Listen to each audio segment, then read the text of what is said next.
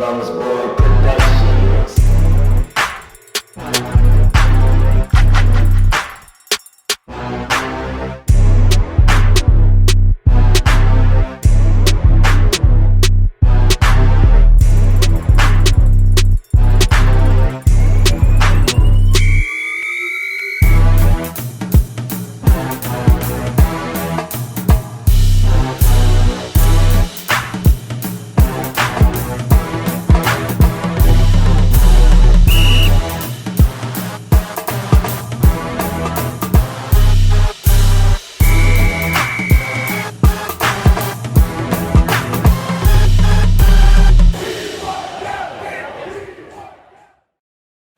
Alright, we in the building? We in the building? Hey, we in the building. This is Rico, aka Street Scores, bringing y'all that June 8th edition of the Redskins Report. And first of all, I want to thank everybody for the amazing support and feedback. I appreciate everybody commenting on YouTube, Facebook, and Instagram. Y'all the realest out here doing it, and I stamp that. But now to get to this Redskins news. First, Kirk Cousins' contract talks are now the most positive they've ever been. Now that Dan Snyder has finally relayed how much he wants Kirk Cousins on this team long term, the contract talks are actually picking up. Bruce Allen and Kirk Cousins' agent, Mike McCarthy, actually had their first face-to-face meeting in 2 years. I don't know why it took that long. But I'm still not very optimistic that a long-term contract will be finalized by the July 15th deadline. But I am optimistic that a long-term deal will get done eventually by next year. And also, Kirk Cousins has shown his appreciation for the Redskins fans in a recent video. He said that he loves how the Redskins fans are everywhere around the country. Yeah, I know, we deep. And how passionate they are no matter where they are located. And he stated that it's a privilege to play for the Redskins. So, it sounds like he wants to stay here, especially now that he's gelling with his receivers and tight ends more and more each day that passes and OTAs, and it's only going to get better with mini camps and training camp.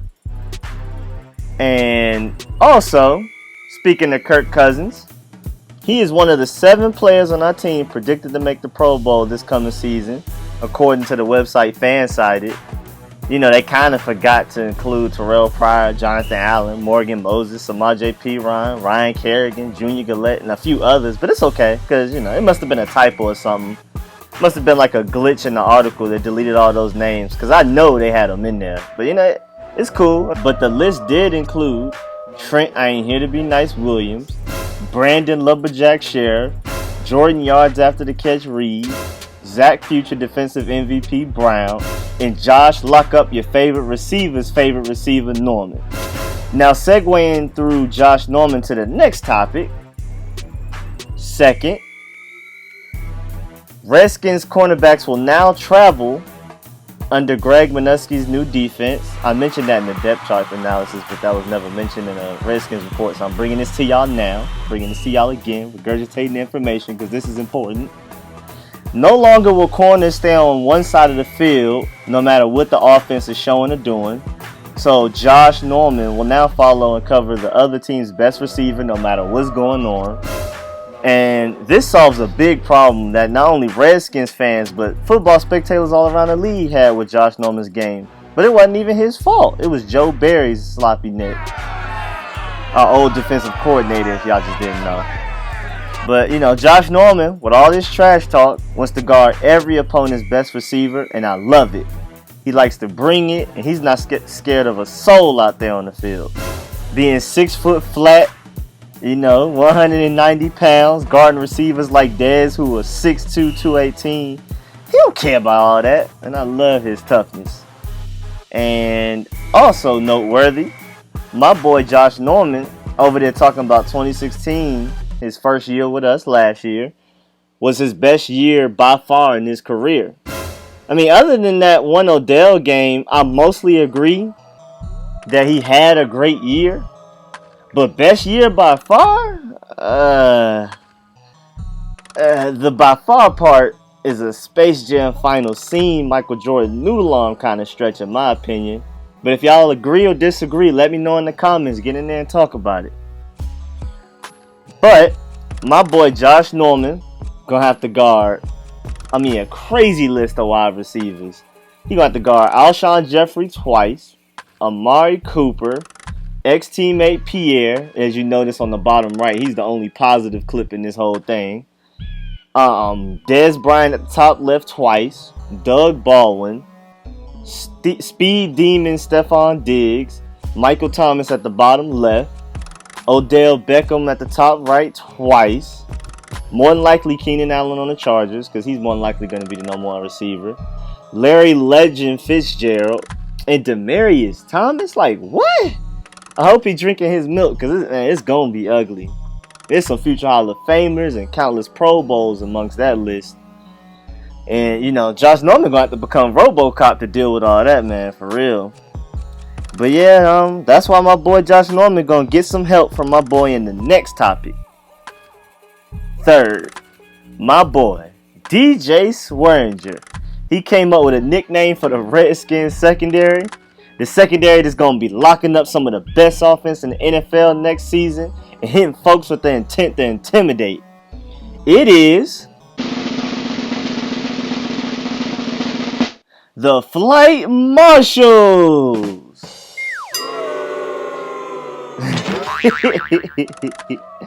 That boy nicknamed some butt.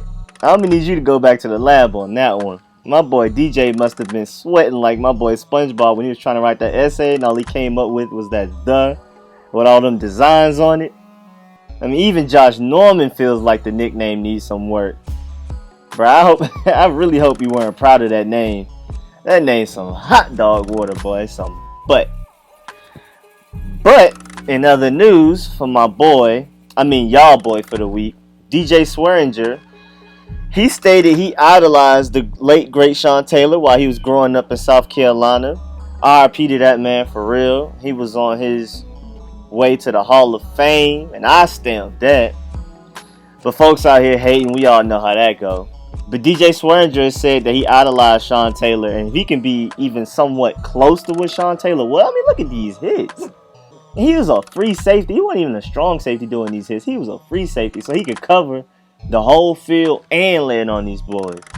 But if my boy DJ Swearinger can just even be a little bit of that, man, we gonna have ourselves a real force in the secondary this coming year and years to come. I love it.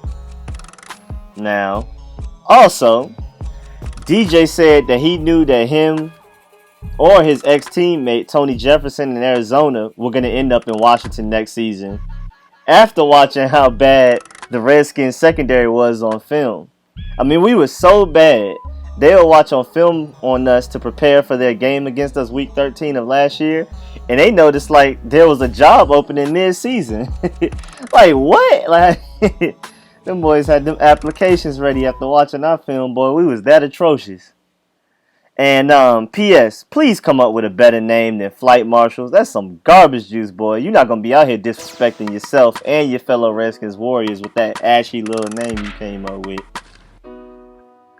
Fourth, Jay Gruden, who still is yet to get a gif on the internet that doesn't make him look stupid and lost, is confirmed to be calling plays for the Redskins next season. He already said we about to call more fade routes, like the route at the bottom right ran by our boy Josh Doxson, who's going to go crazy this year. And man, with this picture on the left, like, Jay Gruden, why you be putting yourself in these situations to get trolled like this? Like, what you be doing when the camera in front of you? But, yeah, he's about to be calling some more fade routes. We basically just going to be playing some big man ball. He essentially just telling his receivers to go get him some rebounds in the corner of the end zone. You can see I snuck my boy Westbrook at the top right. MVP coming up, future MVP, y'all already know. But I'm all for Jay Gruden calling these plays. I'm going to need him to produce, though. I don't want to see you on the sideline, making that face right there on the left after you made a dumb decision. If you do, I'll be the first to find that gif and put it right up here on the next episode. We want more smiles and hoorays so I can put those type of gifs on my Redskins reports. Come on, Jay Gruden. And OTAs are helping Jay Gruden's play calling. It's helping him out just as much as it's helping the players. They've been running a lot of 2-minute drills, and it's helping Jay Gruden assess the situations and make the right calls while under pressure and with the clock working against them. He's been trying to work on calling unscripted situations that require creativity, such as red zone and third down situations, like this clip, which is both of them. 2 birds, 1 stone. I'm the master at finding these gifts, you know what I'm saying? That's just a little humble brag. But Matt Cavanaugh, the Redskins' new offensive coordinator, I hope that's how you pronounce it, man. I ain't gonna lie to you. I have no idea. It's some funky little spelling. He's also in on the action.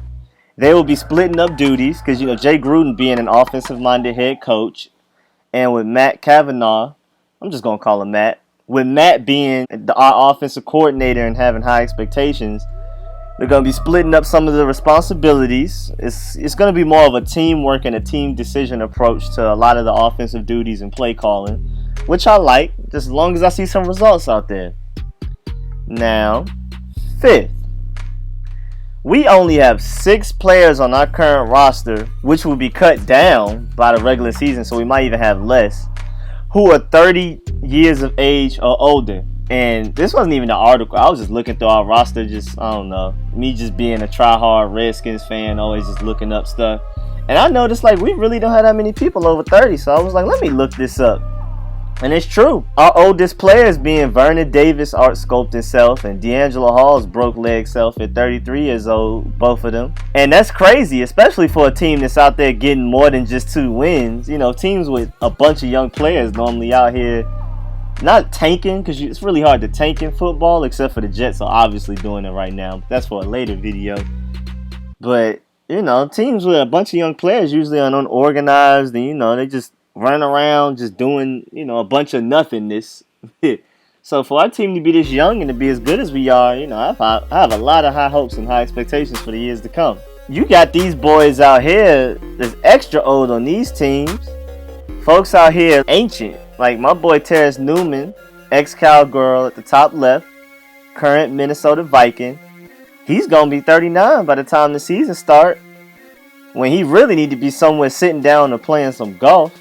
Tom Brady's sloppy self will be the big 4-0 when the season starts. He really need to be somewhere watching old westerns and drinking some prune juice. And James Harrison at the bottom right, 39 years old, getting these sacks and pushing 1,395 pounds across a football field just cuz. That's why he keeps getting drug tested unfairly. He's already been drug tested 3 times this offseason. It's not even mini camps yet. There ain't no way he could be doing all this without drugs. But he need to be somewhere eating liquid foods and watching cartoons too. But besides all of that, I love how young our team is. It means that we have potential, and young legs on defense is very helpful. Young, fast, athletic, energetic legs can make up for lack of talent and scheme, because they're just flying around everywhere, just simply making plays. As seen by the Falcons defense last year, they didn't have the best secondary and linebacker units, but they had one of the youngest, and them boys was flying. You can see it in the playoffs, non-stop running and hustling. I want us to have that, but it just add a little bit of scheme, a little bit of talent, and then a lot of toughness and aggression. You mix all that together, man, our defense gonna be nasty. Now, 6th, Redskins will not hold joint practices during training camp with other NFL teams. Jay Gruden was reaching out all of offseason so far, trying to coordinate some joint practices with teams, but to no avail. His attempts were unsuccessful. In 2015, we hosted joint practices with the Texans, as you can see right here on these clips, these little pictures right here. And we won a division and made the playoffs. Last year, we weren't able to coordinate joint practices, and we didn't make the playoffs, even though it was just barely. So there seems to be a small correlation, but since we couldn't coordinate a joint practice this year, I'm hoping this is just a coincidence. But beyond that possible superstition, I do enjoy joint practices. First of all, they're entertaining. They often lead to fights, but they're also very productive. You finally get to match up against competition and people who don't want to see you succeed. People who aren't holding back. Plus, when you're going against yourself, it's hard to gauge how good your defense and your offense actually are, because if the offense scores a touchdown, is that because the offense is good, or is it because the defense is bad? it's a constant conundrum. And joint practices allow for us to get some preseason work and evaluations. I love it. Hopefully we can coordinate some for next offseason. Get on that, Jay Gruden. Please make them calls. Make sure you start today for next season, because we need to make that happen, Captain, for real. Now, 7.